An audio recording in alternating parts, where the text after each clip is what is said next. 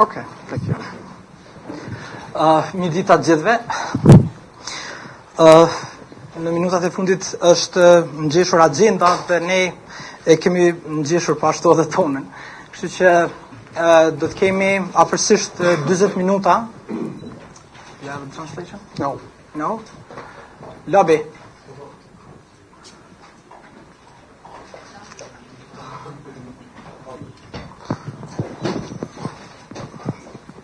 Lobby?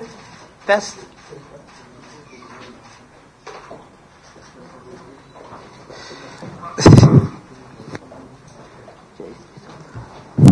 Now it is. Okay.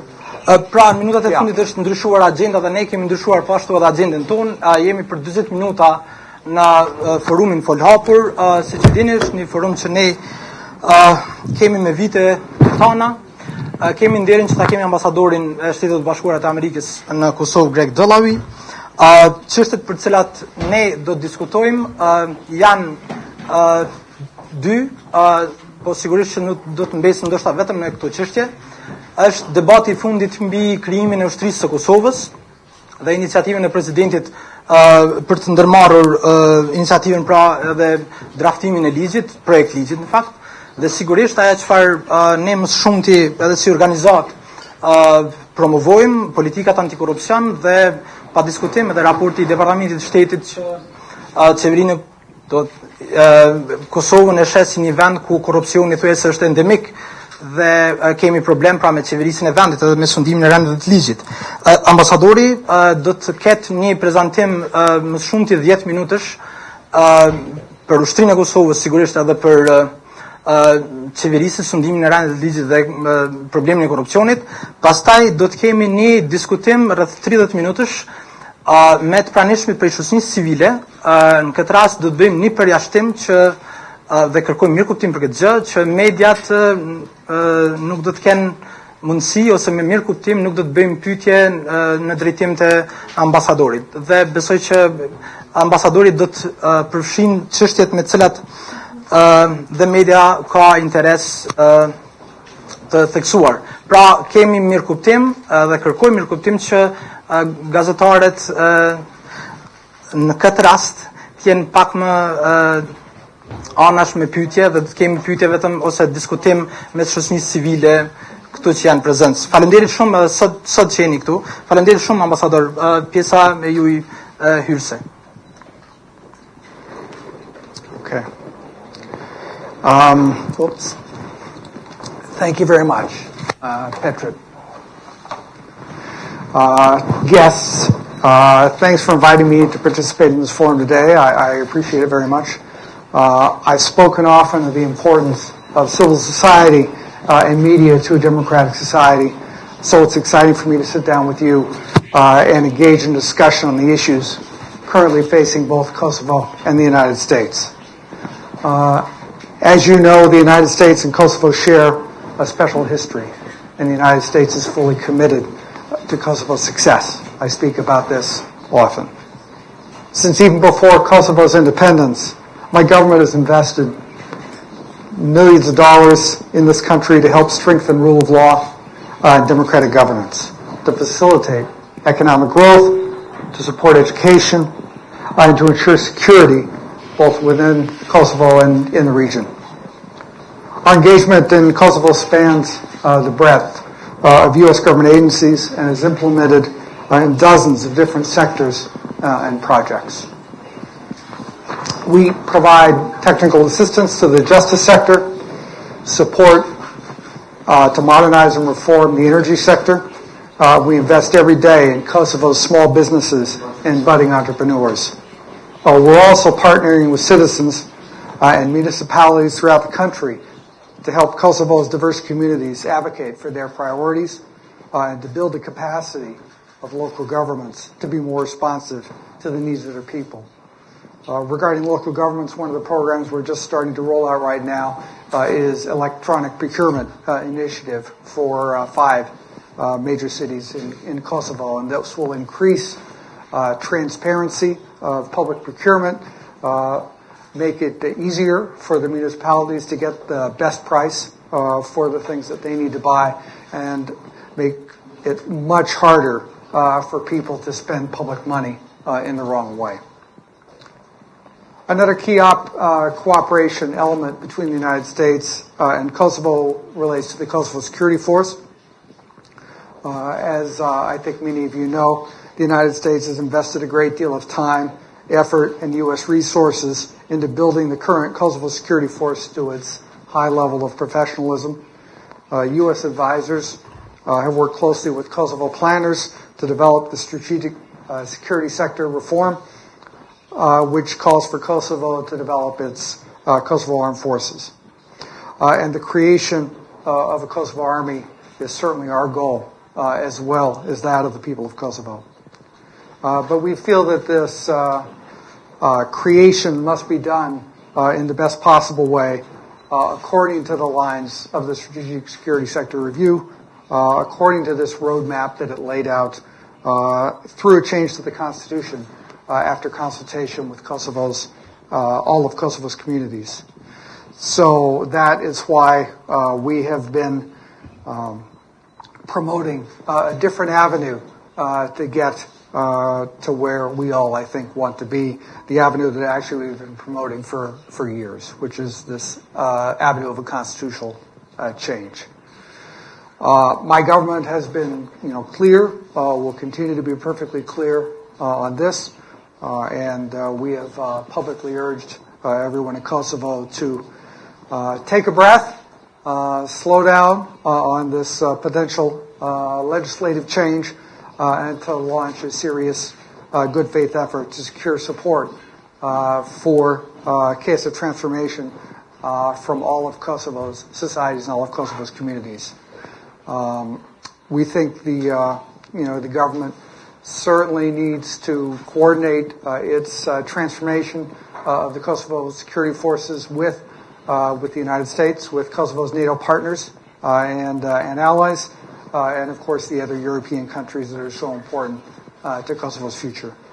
We are absolutely ready, willing, and able to engage in this process ourselves. I've also said that we understand the frustrations associated with pursuing this initiative via constitutional amendment. We're sympathetic, absolutely.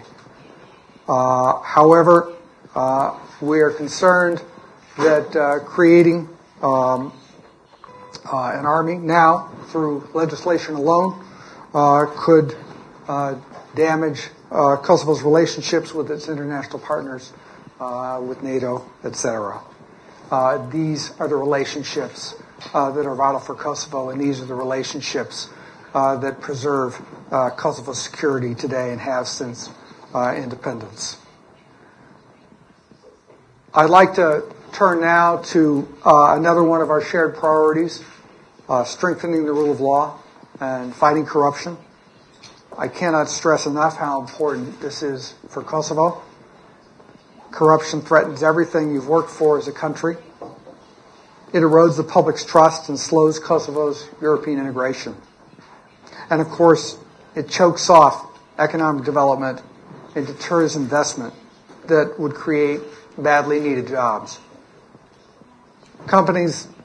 Foreign companies, simply do not want to conduct business in places where paying bribes is considered the routine cost of doing business, and which lack the accountability and stability that a functioning rule of law system can provide.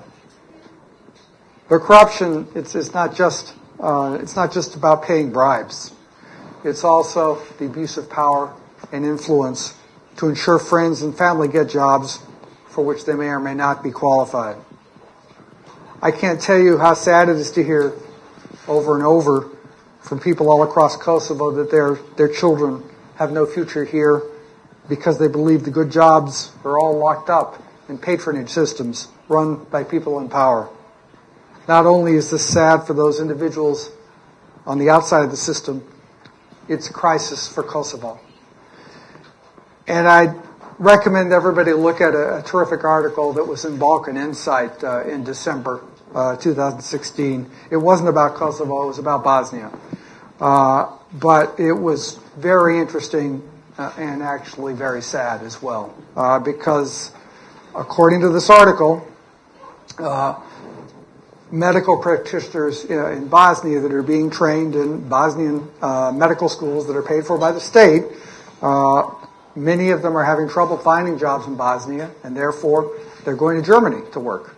So you have this perverse issue where the Bosnian taxpayers pay to train doctors, nurses, etc., in Bosnian medical schools, and then these people, they cannot find work in their profession in the country, and then they head off to Germany to provide medical services. And they can't find work in Bosnia, according to this article, once again, and this is all I know about it, was what was in this Balkan Insight article, is these medical graduates do not have the family connections, the party connections, whatever, to get jobs in the medical profession in Bosnia.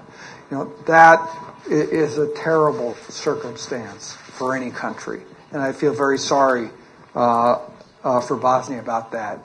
And I think it's very important that we recognize the challenge this patronage system presents to any country, especially a developing country. And we can't let that happen here. With corruption controlling employment, Kosovo is almost guaranteed to lose their best and brightest young people to opportunities elsewhere. No country can afford this. And, think about it. If you're a public servant and there's a job that you have to fill, and you know that your cousin's looking for a job, is it likely that your cousin, that of all the people in Kosovo, that your cousin happens to be the best person to fill that particular job? The odds of that being true are astronomically against. People who work in public service need to be employed, who the taxpayers pay for, need to be employed based on their qualifications, their merit, and their ability to do a job. Not whom they know, not who they're related to, not what party they belong to, etc. Its qualifications are important. I see a lot of young people in the audience, maybe people worrying about, what's going to happen to me after I graduate from college? Am I going to be able to get a job? I hope so, and I hope you get a job based on qualifications and not on something else. Because this problem of nepotism and patronage destroys people's faith in government and the justice system. And despite a December survey showing that public trust in the courts has improved recently, it's still troubling that less than 25% of Kosovo citizens are satisfied with the courts, and less than 20% are satisfied with the work of the prosecutor's office. Those are abysmal statistics and should be a loud wake-up call. Kosovo's judicial system as a whole must do a better job of earning people's trust. It must ensure the procedures are above question, the judges and prosecutors are hired on the basis of merit alone, and that the actions that these officials take are just and transparent. This is one of those other issues that we've been working with the government of Kosovo on, is the reform of the Office of the Disciplinary Council. This is the part of the government that looks at alleged problems with judges and prosecutors and decides on whether there needs to be discipline or not for judges and prosecutors. We believe this office needs to be strengthened. The government of Kosovo has agreed that this office needs to be strengthened, and we've been supporting the efforts of the Ministry of Justice to strengthen this office. Another step is what happens to people once they're convicted of a crime. When people are convicted and sentenced to prison, the justice system must ensure that they are treated fairly and equitably. If they're supposed to be in prison, they need to be in prison. there should be no special treatment for VIP or politically connected prisoners. Our goal, and I think the goal of most of Kosovo's citizens, is that everybody be treated equally under the law. Whether you're the person sweeping the floor or whether you're a senior government official, you should face the same level of justice. You should face the same consequences for violating the laws that are in place, and that once those consequences are imposed, they need to be applied effectively. So, another draft law that we're supporting strongly is a draft law on the execution of penal sanctions. This law, which takes the responsibility for suspension of sentences out of the hands of politicians and gives it to the courts, we believe is essential. But despite the desperate need for this law, we're not prepared to provide our support to it at any cost. Some amendments that have been suggested would arbitrarily reduce the sentences of all convicted criminals by 1/3. We believe those are unacceptable to those who value justice, and that they make a mockery of the rule of law. I would certainly urge Kosovo's elected officials in the Assembly to eliminate those amendments, pass the law as submitted by the Justice Ministry, and put the decisions on release of prisoners in the hands of judges where they belong and not in the hands of politicians. I know I've just laid out a heavy agenda for our interactive discussion. Thank you very much for making the time for me today. And I think, these issues that I've discussed, I'm prepared to discuss with you all, are vital for Kosovo's future. And as representatives of civil society, it's important to me that you understand our positions on them.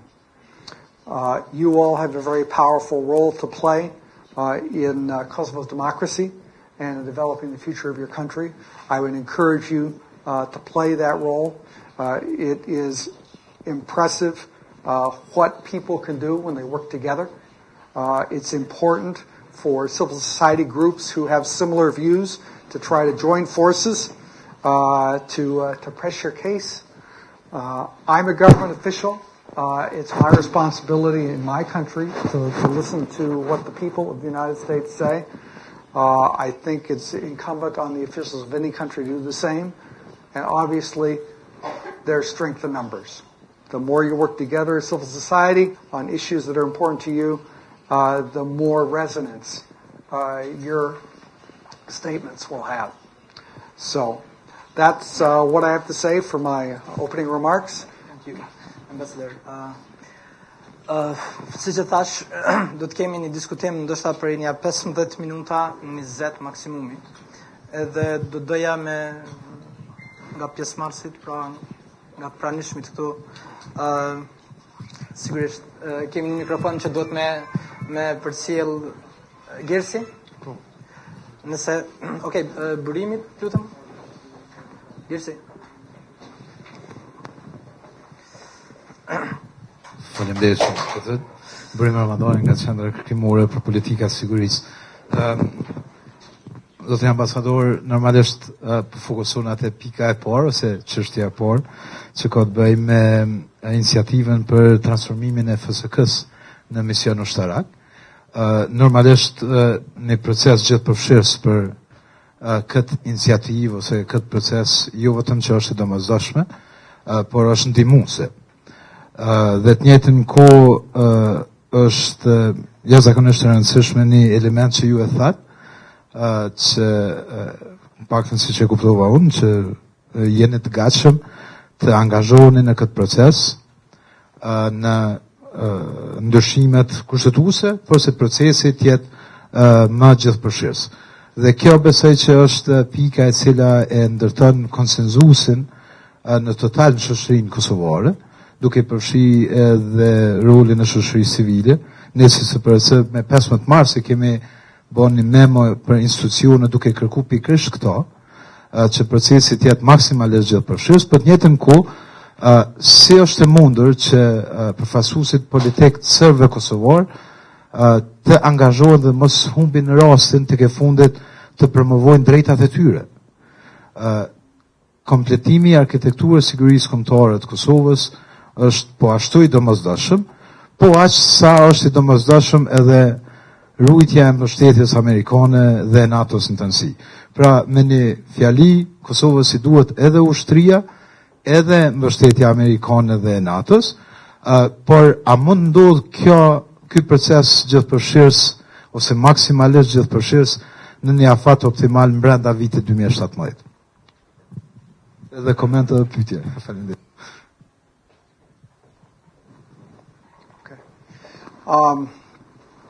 Thank you. Is it possible this happened in 2017? Well, I can tell you, and for the young people here, I'll tell everyone that you should never enter the field of diplomacy unless you're an optimist. Because the idea that you could change the world using nothing but your voice is challenging, and to think you can really do that, you have to be an optimist. So I'm an optimist. So that'll frame my answer for you. Okay. I think it is possible this happens in 2017. I think I've tried to make clear publicly and privately kind of what our view is. I hope I didn't leave anyone with any doubt. That is not sometimes diplomats are vague. I was trying not to be vague. I was trying to be clear. And no country other than Kosovo has supported the development of the Kosovo security forces more than the United States has. You ask every single member, 2,500 in the KSF, they will tell you that. We're the strongest supporters outside of Kosovo. We helped develop the strategic security sector review plan with our Department of Defense, worked on it. It's a strategy to get from here to the full armed forces. You probably know it's a 10-year period, and lots of things have to happen. You know, there are benchmarks for something that happens every year. So I think, if we all engage in a concerted effort to explain what does it mean. I mean, this plan is on the internet. Anybody can read it. It's 70 pages. I understand why everybody doesn't want to read it, but it's there.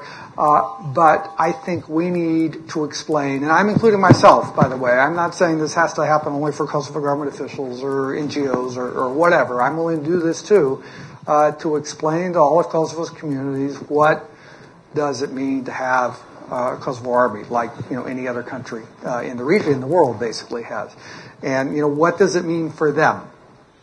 And I think we can get, to agreement, but we do have to engage in a systematic effort. It's not going to happen overnight, and to explain to all of Kosovo's communities and try to persuade people that this is something that they want to support. That's what I want. I'm willing to devote my time to that and that of my team at the embassy. And that's what I think should happen.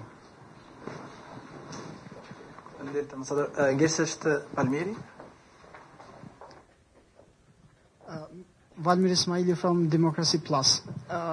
Mr. Ambassador, I have a question related to the elections, local elections. So recently we heard from the president of our country that he will initiate an initiative not to include politicians who are under investigations in the political parties lists. So this is something that we have raised as civil society a long time ago, and they never respected it. So now, do you think that political parties will respect this, or this is just something that we are used to here and not to realize in practice? I'd rather tell you what I think than analyze what is actually going to happen in the future, because my crystal ball is not working very well today. I think every political party in Kosovo has talked about the importance of fighting corruption and organized crime.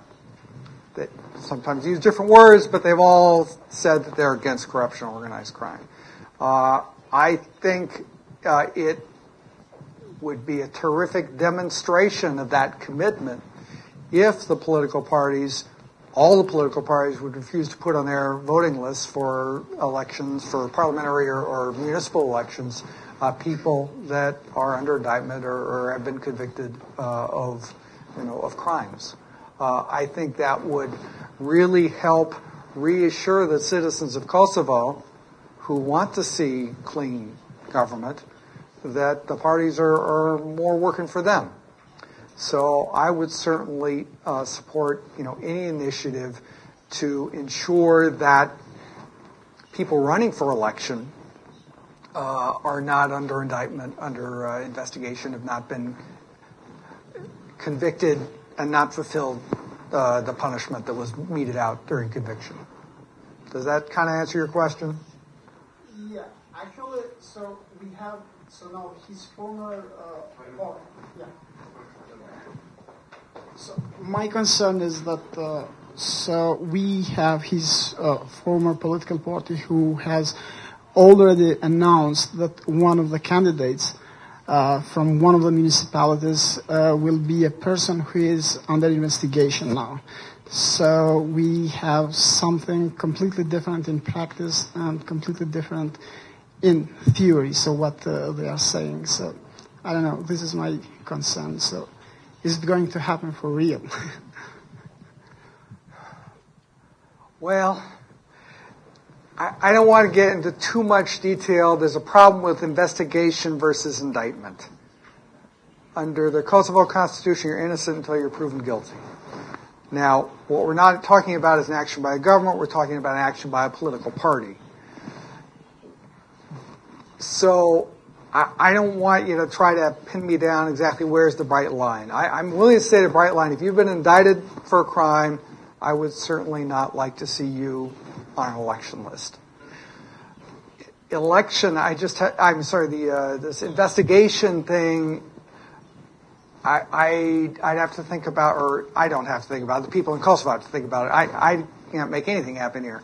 But sometimes people are investigated and the prosecutor says, okay, there's no evidence, or there's insufficient evidence. So that's a more difficult question for me, and it probably would be better for NGOs, lawmakers, political parties themselves to think about exactly where's the bright line. Indictment for me, though, is a bright line. Indictment and conviction. Those are clear.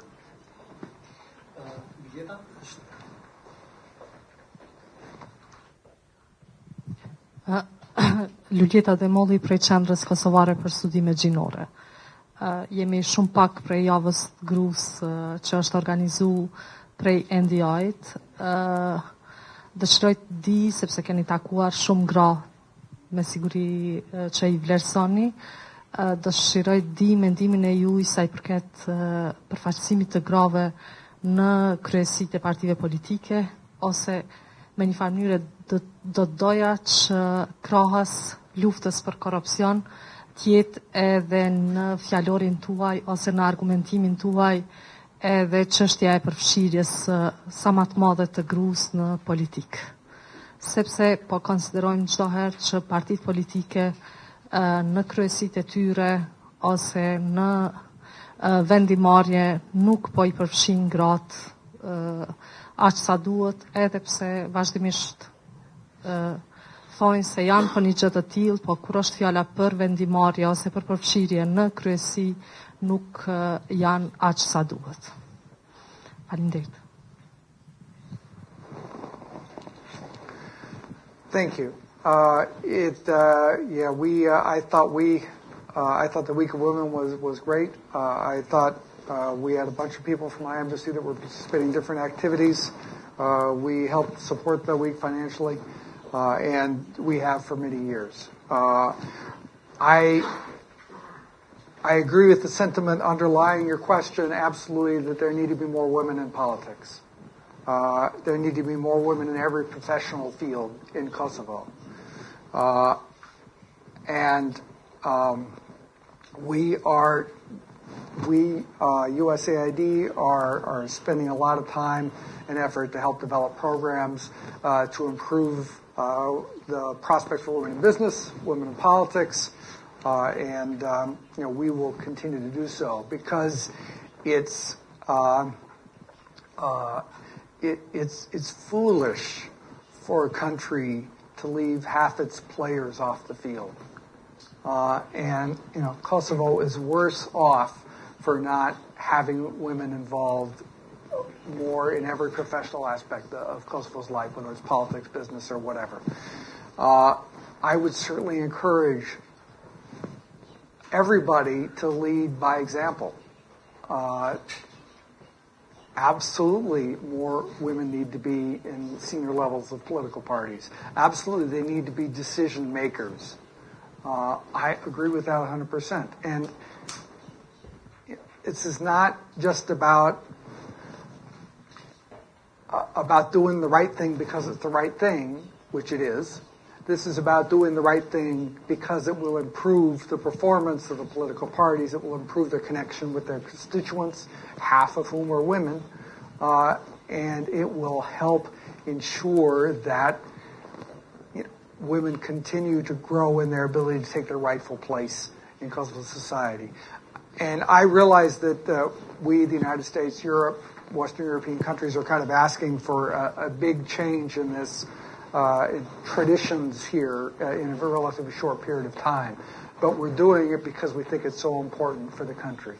When you look at the statistics and you see that only a handful of percent of women inherit property from their parents, usually their father, or 19% of women, only 19% of women own property in Kosovo, you see, gosh, there is a lot of work to be done.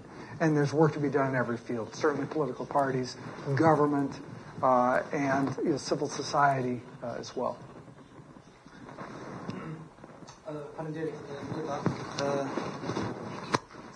Nëse është një student I shkencave politike që nëse është dikush prej shkencave politike, e kisha gazetarëve jo. E kisha dha pyetjen, kështu që nëse ambasador, ose para 2 ditësh lista serbe ka marrë një vendim, edhe do të jetë pyetja e fundit, ka marrë një vendim që të kthehet në institucionet e Kosovës dhe në kuvend, pra. Dhe është duke u diskutuar çështja e kalimit të demarkacionit ose jo.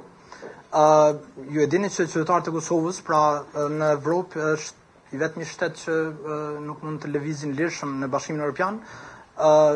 Besoni që ky kthim I listës serbe në kuvend Kosovës do ta çojë edhe demarkacionin dhe do të kalohet demarkacioni dhe sigurisht që do të jetë një hap edhe më afër liberalizimit të vizave?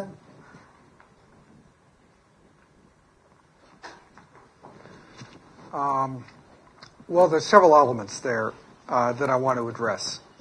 And if I forget one that's important to you, you'll have to come back to me, okay? You at the end, you'll know. So I think it's very positive that Srpska List parliamentarians have returned to the Assembly. I'm very happy to see them back. I have said many times that they can only do their jobs of representing their communities if they're actually in their seats doing their jobs in the Assembly or in the government. And I think it's very important for them to be there to promote the interests of their communities, all of whom are Kosovo citizens. So that's a very positive thing. Regarding the border demarcation agreement, which I've talked about perhaps too many times in the past for some people's tastes, we feel it's a fair agreement. It's a just agreement. The State Department has looked at the line that was drawn by the Government Commission between Kosovo and Montenegro. The line they drew is identical to the line that's existed between the two states since they were both provinces in Yugoslavia in 1974. And for the legal scholars here, may know that the Kosovo Constitution refers to Kosovo consisting of the territory that existed in the autonomous province of Kosovo on December 31st, 1989. And the last time that border was changed before then was 1974. That's where 1974 comes from. So in our view, that line has existed for decades. It's the government experts kind of drew it with modern technology and GPS, but it's still the same line that's existed for a long time. So we certainly think that the agreement should be passed. We think it's very important, not just to continue to help Kosovo exercise its sovereignty over all of its territory. It's important to have lines. There's an agreed border line with Macedonia, for example. This would make it with Montenegro as well. But it's also very important to preserve Kosovo's excellent relationships with Montenegro.